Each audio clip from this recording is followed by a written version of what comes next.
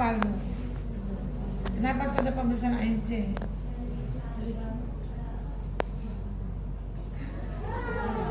Itu apa? Itu apa?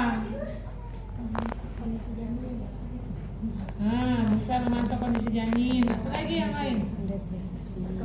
Memantau kesehatan ibu. Kenapa? Memantau kesehatan ibu. Kesehatan ibu. Apa lagi yang lain? Untuk mendeteksi Coba jangan Google. Analisis saja, jangan kepala sendiri. Jangan usah Google. Mendeteksi komplikasi. Apa lagi yang lain? Kan pembandingan masuk suara. Apa lagi yang lain? Mempersiapkan Persalinan. Pemeriksaan ANC itu tujuan pemeriksaan ANC nanti masuknya di pelaksanaan ya, nanti itu bisa salah satu informasi yang kita share. Apalagi yang lain?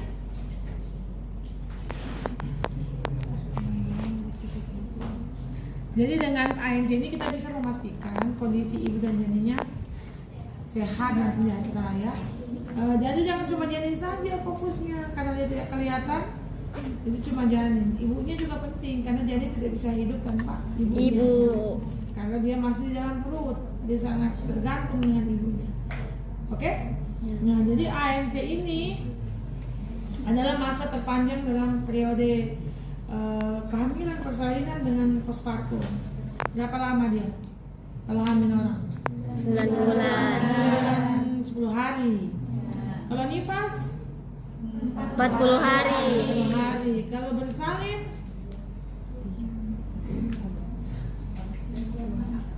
paling cuma 1 hari ya. Sampai kalau ada yang lama mungkin ada masalah dengan persalinannya yang bisa mungkin 1,5 sampai 2 hari mulai sakit. Nah jadi dia masa terpanjang dan masa yang paling menyenangkan sebenarnya. Jadi jangan dianggap kehamilan itu jadi stres, bikin jadi masalah, karena hamil, bersalin dan menyusui itu semuanya adalah peristiwa yang normal. Tanpa siapapun yang bantu itu bisa hamil, maksudnya hamilnya tanpa diperiksa pun bantu untuk dirawat tidak perlu sebenarnya. Tanpa dirawat pun bisa dia sampai bersalin kan? Bersalin bisa bersalin sendiri bisa, rawat anak sendiri bisa sebenarnya. Cuma kan untuk menghindari komplikasi ya kita harus manfaatkan fasilitas yang ada untuk periksa kesehatan. Nah jadi kehamilan itu adalah harusnya kehamilan, bersalin, menyusui adalah peristiwa yang menyenangkan. Cuma tiap orang biasanya masalahnya beda-beda. Ada yang kehamilannya lancar, kemudian ada yang kehamilannya lancar, ada yang persalinannya bermasalah, ada juga yang postpartumnya bermasalah. Ada yang lancar di persalinan dengan kehamilan, postpartumnya dia stres, depresi. Ada yang di postpartum dia aman karena banyak yang bantu, tapi di kehamilan dia mau muntah berlebihan, sering perdarahan, ya gitu ya. Jadi setiap ibu punya masalah sendiri-sendiri. Saya kasih tahu benar, Cindy bilang apa lagi namanya? Jadi di sini adalah masa terpanjang selama 9 bulan 10 hari, atau kalau diminggukan dia jadi 40 minggu. Bayi dikatakan dia sudah siap lahir itu ketika sudah mencapai masa ateram. Ateram itu sudah, kalau buah itu sudah matang ya. Nah ateram itu tunggu azan dulu.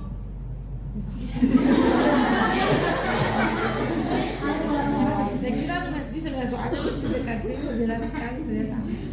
Nah kemudian untuk bayi ini tadi kan 40 hari dia ateram itu di atas kehamilan 37 minggu, bisa maju dan bertambah usianya dengan hitungan plus minus 2 minggu. Jadi lebih cepat 2 minggu atau lebih lambat 2 minggu. Itu masih dikatakan normal ya, seperti itu. Tapi kalau di bawah 37 minggu berarti bayinya lahir dengan kondisi prematur. Itu kenapa ini? B. Ya, dengan kondisi kelahiran prematur, bayinya prematur.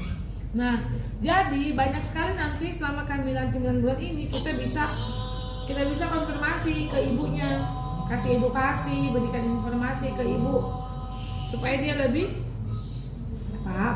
supaya dia lebih siap nanti pada saat mau bersalin. Sudah ada kuliah nih kan?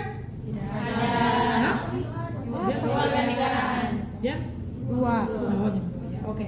Nah, selanjutnya apalagi ya, kalau di ANC ini kita 2 pemeriksaan, satu di meja pemeriksaan, yang satunya lagi ibunya akan dilakukan pemeriksaan fisik di tempat tidur.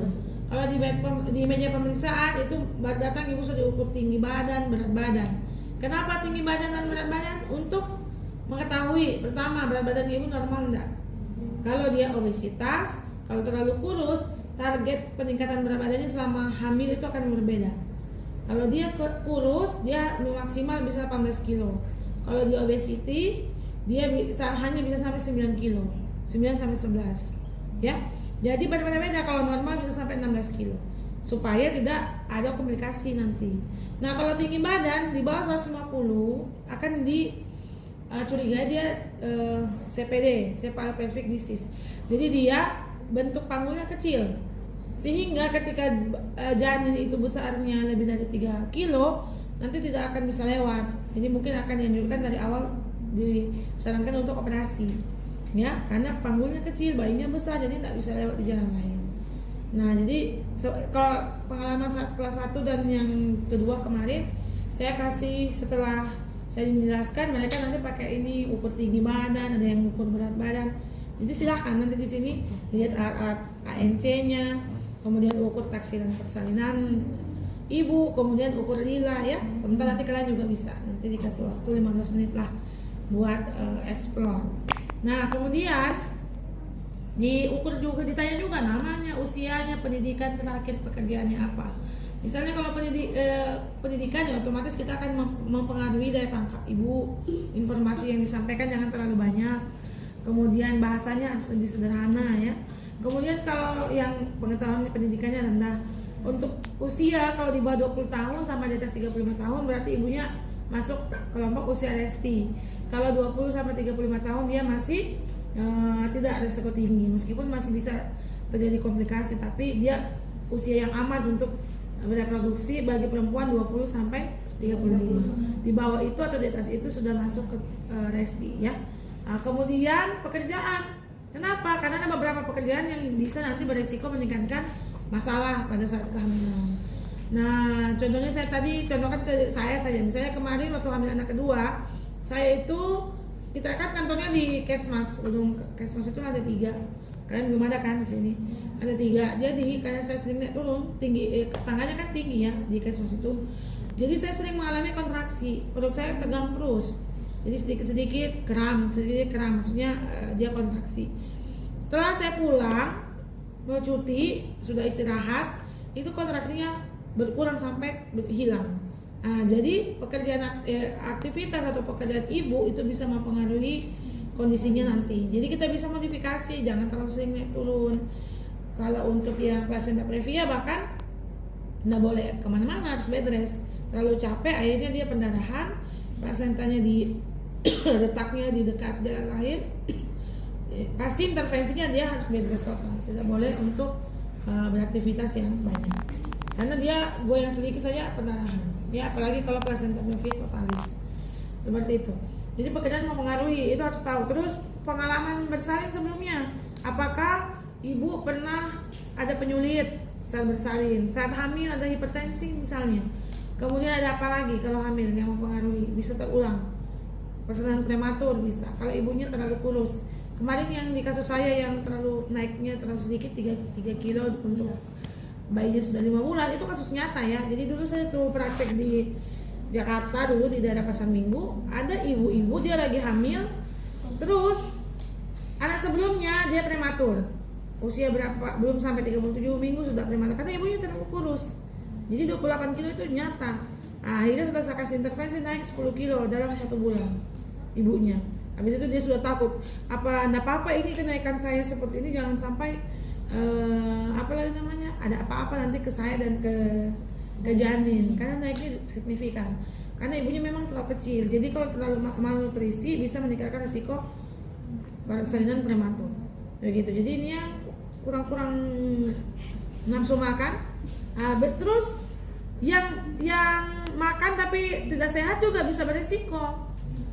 Jadi sering makan fast dia beda treatmentnya. Kalau yang sering kandungannya lemah, sering perdarahan, dia gerak sedikit berdarah ya harus bed rest, nggak boleh banyak aktivitas supaya bayinya selamat, ibunya selamat. Jadi selama hamil, bersalin dan menyusui, ibunya akan banyak berkorban.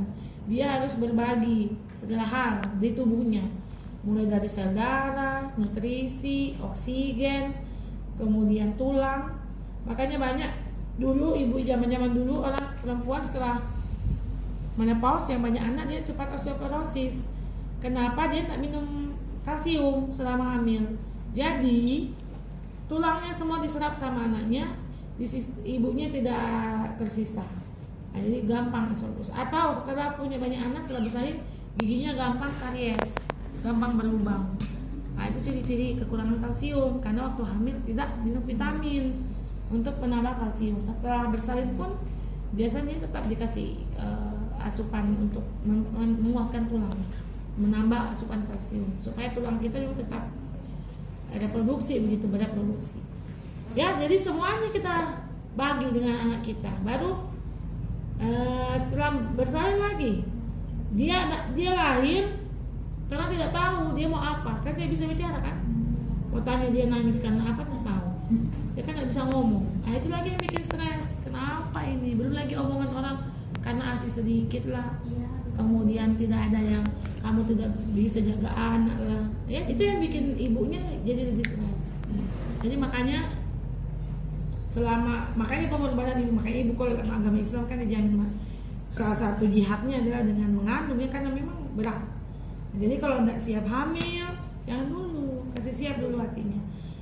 Ketika sudah menyusui, jangankan pakai make up, sisir saja, mandi saja sudah tidak sempat. Kalau tidak, karena anak itu dia tahu bau ibunya, dia rasa. Kalau tidur ibunya langsung bangun, alhamdulillah sudah tidur, langsung mandi. Baru satu gayung sama menangis dia. Untung bayi bisa makan. Dulu saya jarang mesisir. Kalau cuma di rumah sudah tidak karu-karuan. Karena tidak mau lepas, maunya bersama terus. Jadi makanya kalau orang yang tidak siap dia pasti stres. Tidak mau dia kan. Nggak siap dengan semua perubahan itu. Kemudian teman-temannya jalan-jalan diajak-ajak lagi ini ibu bersalin, nggak usah bilang-bilang kalau memang mau ajak ya yang penting ajak saja, tapi tidak usah sampai dikasih foto lah apalah, nanti dia sedih, dia juga mau jalan-jalan tapi ada bayi tak bisa. Harusnya kalian yang datang ke rumahnya menghibur, dipegang anaknya kita itu selama setengah jam aja sudah bersyukur. Kita bisa bikin banyak, bisa mandi, bisa makan dengan tenang. Yang penting ada yang perlu hati-hati. Nah itulah yang ini ke ibu-ibu. Makanya banyak yang stres, depresi. Belum lagi suaminya tidak peduli, tidak pernah bertanya bantu, ya. Jadi makan hati, stres. Begitu. Iya. Makanya kalau pilih suami yang bisa ini ya, diajak kerjasama. Jadi kita kan teamwork. Iya. Oke. Nah, jadi kemudian Nah, untuk ANC, selama ANC itu minimal sekali dari Kemenkes itu 6 kali pemeriksaan. 1 kali di trimester 1, 2 kali di trimester 2, dan 3 kali di trimester 3. Minimal. Tapi lebih bagus kalau kita bisa setiap bulan.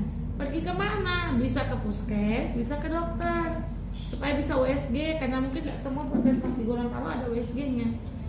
Ke puskes dapat buku KIA, kemudian dapat apa lagi? Dapat buku KIA, kemudian dikasih pemeriksaan gratis, HB, hepatitis, HIV gratis, dapat vitamin gratis. Jadi dulu saya dua-dua, dokter spesialis ada, ke puskesmas juga ada. Jadi kita dapat 2 perspektif kan. Nah, jadi kan lebih banyak informasi yang masuk juga lebih bagus. Kemudian setelah itu tanyakan juga nanti ininya apa lagi namanya, makannya ibu bagaimana selama hamil. Kalau dia makan ada mual muntah enggak, makanan yang dia tidak, kan biasa kalau lagi hamil karena hormonal dia tidak bisa cium bau amis-amis kayak ikan goreng, kemudian apa lagi bau yang seafood ya. Nah, jadi tanyakan ibu ada masalah nggak di makannya, tidurnya. Kan kalau yang trimester 3 mereka lebih susah cari posisi yang nyaman karena berat ya. Bawa hamil itu berat. Coba yang laki-laki saja tidak sanggup mereka. Bawa galon, isi di perut, diisolasi, atau bola tak isi air, isi di perutnya, baru diisolasi. Beol, tidur, bangun tidur, makan, berjalan dengan itu. Pasti laki-laki tidak bisa. Nah, mungkin satu hari berapa jam bisa menyerah. Nah, kita dari kecil sampai besar 9 bulan orang bawa-bawa dia. Mau kita buang air, mandi, makan, semua dibawa. Nah, jadi kan berpengaruh semua aktivitas. Misalnya dia tidurnya nggak enak, begini sesak, miring kiri panas, disuruh miring kiri terus. Tapi ini jadi panas kan, nggak bisa juga miring kanan lagi. Oh, gelisah, nggak enak. Semua posisi tidak ada yang nyaman. Kalau trimester 3 begitu biasanya. Kemudian bangun lagi, so pusing lah, apalah, sesak kalau jalan. Karena kan dia menekan diafragma ya, jadi bikin sesak. Nah, itu nanti ditanyakan tidurnya, eliminasinya, pola seksualnya, makannya, ya, dan lain-lain sesuai dengan misalnya per sistem atau head to toe. Selanjutnya setelah semua itu kita ajak nanti dia ke bed pemeriksaan. Jadi dia jangan sudah di sini balik lagi duduk, tidak. Jadi selesaikan semua yang bisa ditanya di meja pemeriksaan, dicatat, kemudian dibawa ke bed pemeriksaan. Oke? Nah, kalau untuk di bed pemeriksaan ini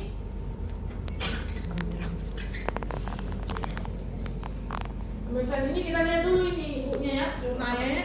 Kita lihat ini ibunya. Pertama pasti kita lihat wajah kan. Ini dapat lihat sama rambut. Nah, rambut ini sudah terlihat begini.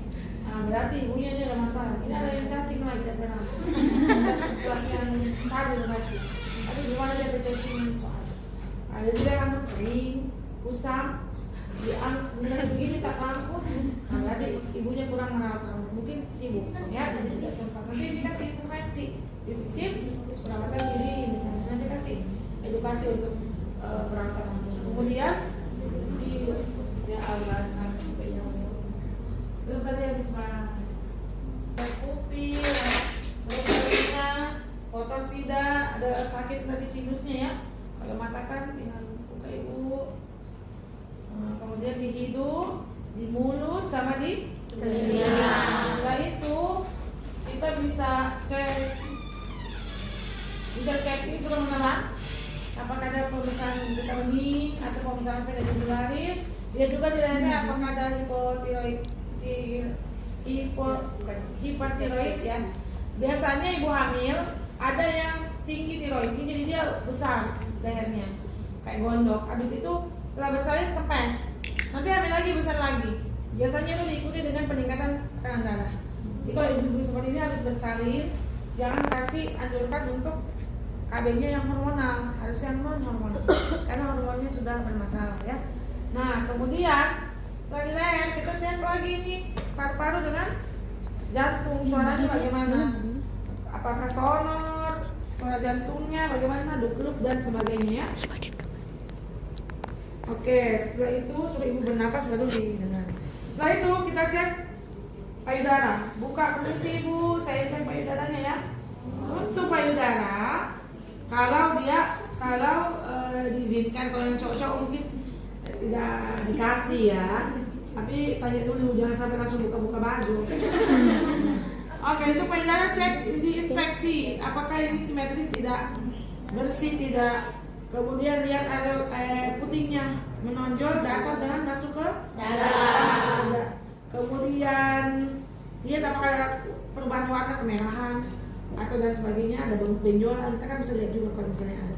Kalau tidak ada, kita ada juga ini di areola. Biasanya di areola itu kotor karena kan ibu hamil ini banyak keringat, jadi sel matinya juga banyak. Nah, di areola itu biasa melengket kayak hitam coklat-coklat begitu. Ibunya tidak tahu cara membersihkan, mungkin dia pikir kalau cuma sudah mandi sudah bersih, tapi dia biasanya melengket. Jadi kalian bantu nanti bersihkan puting sama areola. Nanti ajarkan pakai kapas dengan minyak telon. Ya, dibersihkan pakai taruh di kapas baru diusap. Jangan terlalu kasar, kalian bisa lecet, gampang sekali lecet ya. Kemudian dikasih tahu ibunya supaya ini sering membersihkan, supaya kalau nanti bersalin bayinya tidak makan yang masuk ke tubuh bayi itu yang kotoran itu.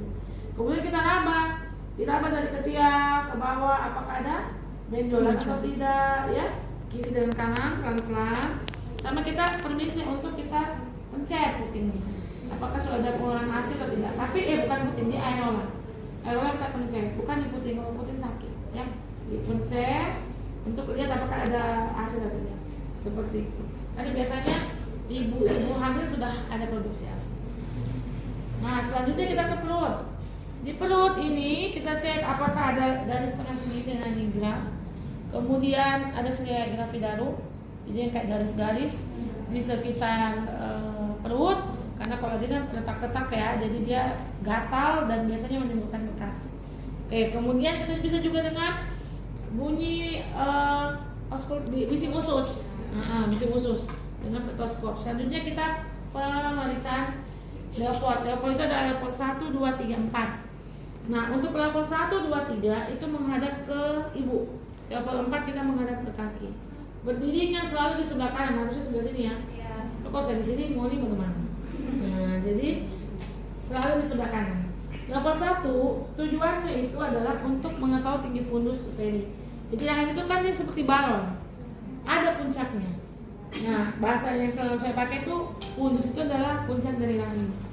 Jadi kalau dari permisi ibu ya, kakinya ibu harus ditekuk, kemudian kita raba dari bawah sampai ke atas sampai tangan kita ketemu. Kalau sudah ketemu begini, ambil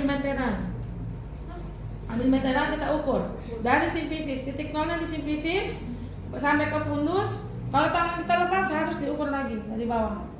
Gini, jadi tidak boleh lepas.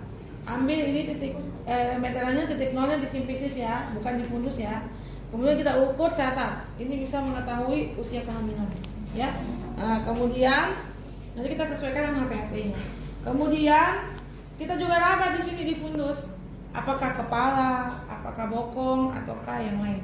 Nah, kalau kepalanya di atas, pasti bokongnya di bawah, ya. Kalau kepala di atas, bokong di bawah, posisinya namanya posisi sungsang. Kalau bokongnya di atas, kepala di bawah, berarti posisinya normal. Kalau dia melintang, di sini punggung itu rata, datar dan panjang seperti papan. Atau ekstremitas itu kayak bola-bola kecil, tangan dan kaki, berarti dia posisinya lintang. Jadi kepalanya mungkin di sini atau di sini. Jadi kalau kepala di sini, bokong di sini, punggungnya bisa di sini atau di bawah sini, ya. Nah, jadi nanti kita catat di pemeriksaan yang di fundus itu apa.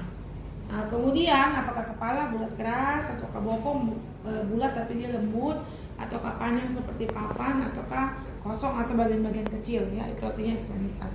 Level 2 masih menghadap ke ibu, kakinya masih ditekuk, kita raba lagi. Cari ini fundus, kemudian cari di mana punggungnya. Baik, kita kumpulkan bayinya baru kita raba. Ini punggungnya di sini enggak, atau di sini kita raba, ini punggungnya di sini enggak. Nah, kalau kenapa? Ya supaya tahu di mana kita akan melakukan pemeriksaan DJJ, denyut jantung Janin.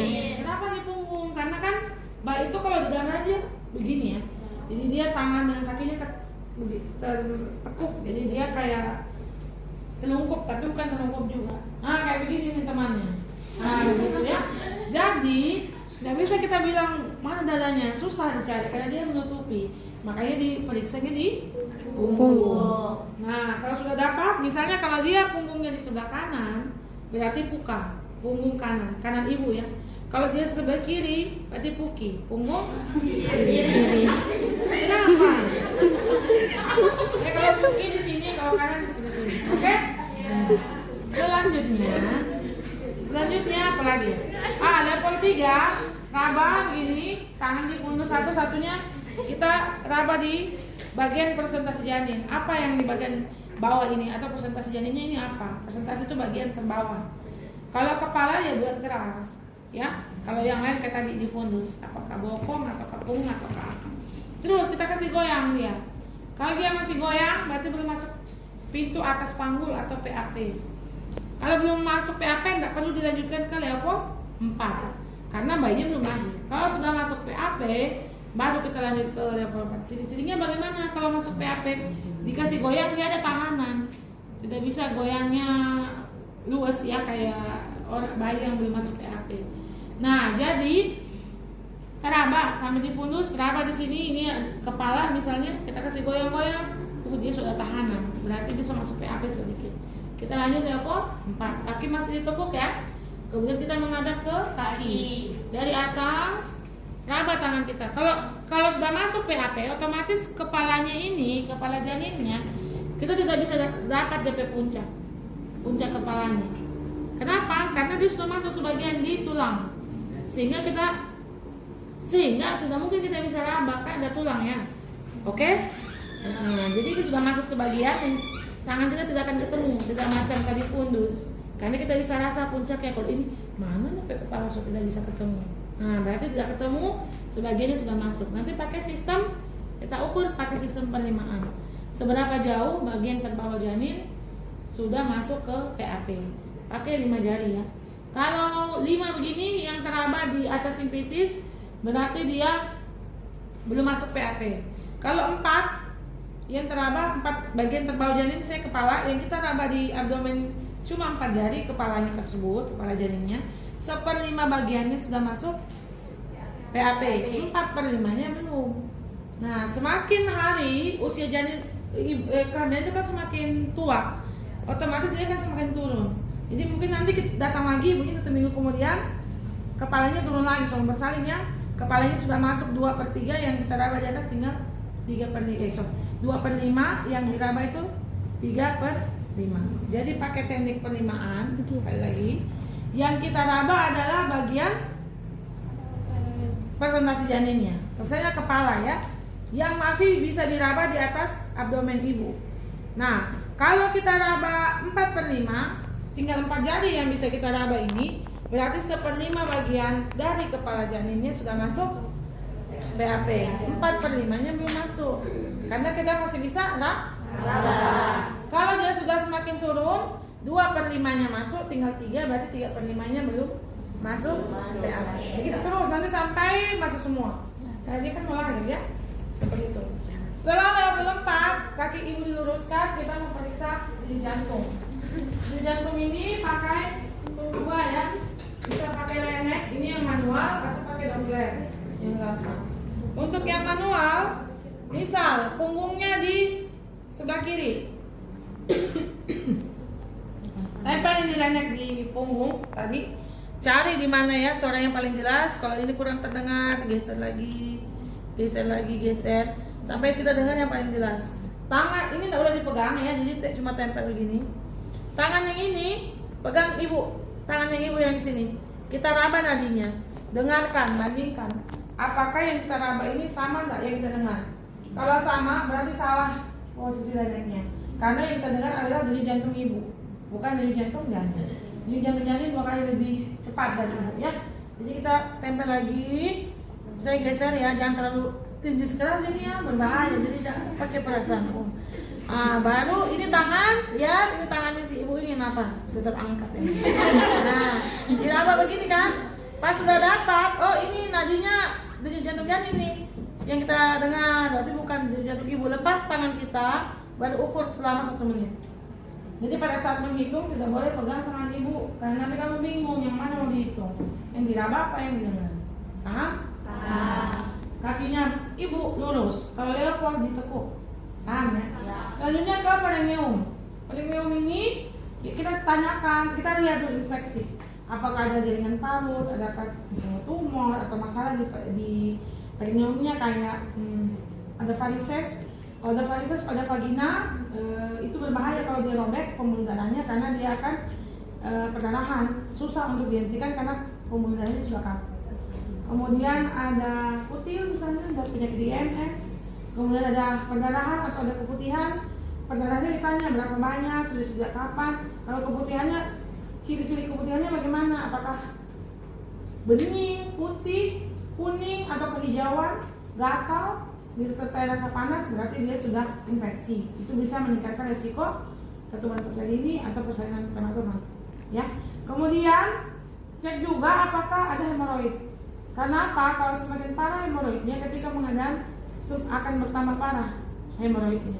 Karena nanti sphincter anihnya akan, otot-ototnya itu bisa keluar ya, lebih banyak yang keluar. Makanya dilihat kalau ada hemoroid, dilihat Dia atas dari 2 mungkin sudah tidak dianjurkan untuk normal. Karena kalau menendang dia bisa tambah keluar. Kemudian cek di ini, anggaplah ini DP kaki ya. Nih. Untuk di kaki cek ini apakah ada udem atau tidak, ditekan ya. Kalau udem atau tidak dengan derajat udem tentu saja. Kemudian dicek apakah ada varises dan dicek tanda Oman ya, ditekan di lutut baru kita cek ini di telapak kaki. Selanjutnya ibunya disuruh duduk, kakinya menggantung, kemudian kita tes refleks patella di lutut ya. Jadi sebelum turun dites refleks patella dulu baru dia turun. Jadi tidak duduk berdiri, duduk baring. Nanti mau turun baru refleks patella, baru ibunya kembali ke meja pemeriksaan. Sampaikan semua hasil pemeriksaanmu. Oh ibu tadi, ibu bilang ada masalah makan, itu makannya bagaimana, atau hasil pemeriksaan itu seperti apa? Sampaikan ke ibunya baru kasih intervensi. Habis itu ibunya pulang. Begitu. Nah selanjutnya ini matikan dulu. Nah baru kamu kan. Kemudian ini diukur, ini 29 bagi 2 berapa? 15,5 ya? 15,5, cari di sini 15,5. 14. Oh sorry, 15,5, oke sorry. 2 Aca. 14,5 berarti di sini di pertengahan ya, baru dikasih di tadi di bawah di lengan. Baru kasih masuk. Begini. Nah, jadi dikasih masuk di sini tuh. Dan iwi. Astaga, jadi suara dua. Jadi ketika dilingkarkan tadi, misalnya begini 14,5 dilingkar. Kalau dia, ini tidak ya, karena dia masih putih. Kalau dia sampai di merah, berarti ibunya dicurigai kekurangan energi kronis, atau malnutrisi. Ketika tadi dikasih masuk di lubang, lengannya ternyata kecil seperti ini, nah berarti dia sudah atau kekurangan nutrisi, begini lingkarannya. Oke, begitu. Kemudian ini yang terakhir untuk pemeriksaan HPHT. HPHT itu apa?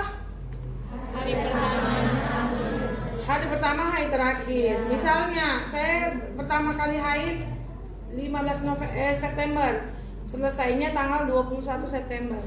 Habis itu Oktober saya sudah tidak haid. Kira-kira tanggal berapa HPHT saya? Yang 15 atau 21? Saya keluar haid pertama 15 September dulu ya. Kemudian bersihnya 21 September. Habis itu kan bulan Oktober saya sudah tidak haid. Nah kira-kira HPHT saya tanggal berapa? 15 atau 21? 15 atau 21?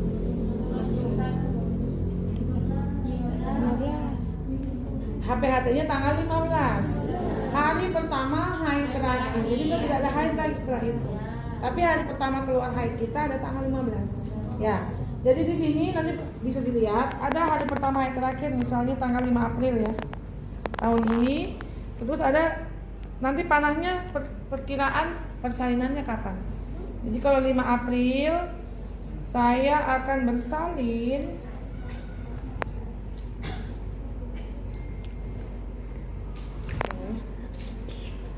kenapa tidak tepat?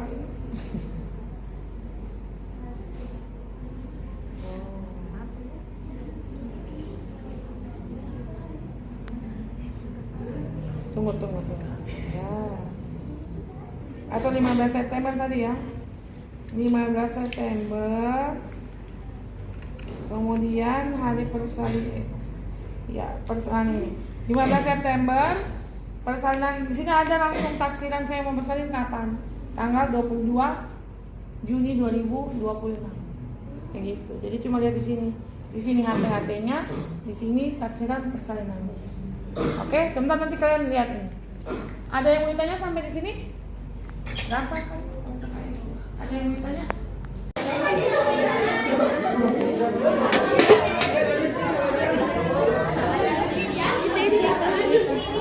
Itu untuk apa tadi Tina harus bilang?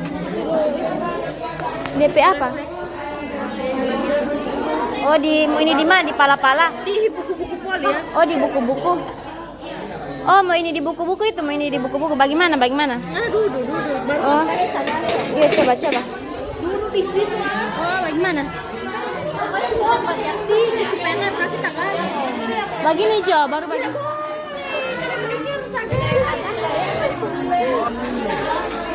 Ini cara ini itu. Bagaimana? Pakai bagaimana? Satu kali. Supaya mencoba ke daerah situ. Oh, bom pakai bagi satu kali. Oh. Oke.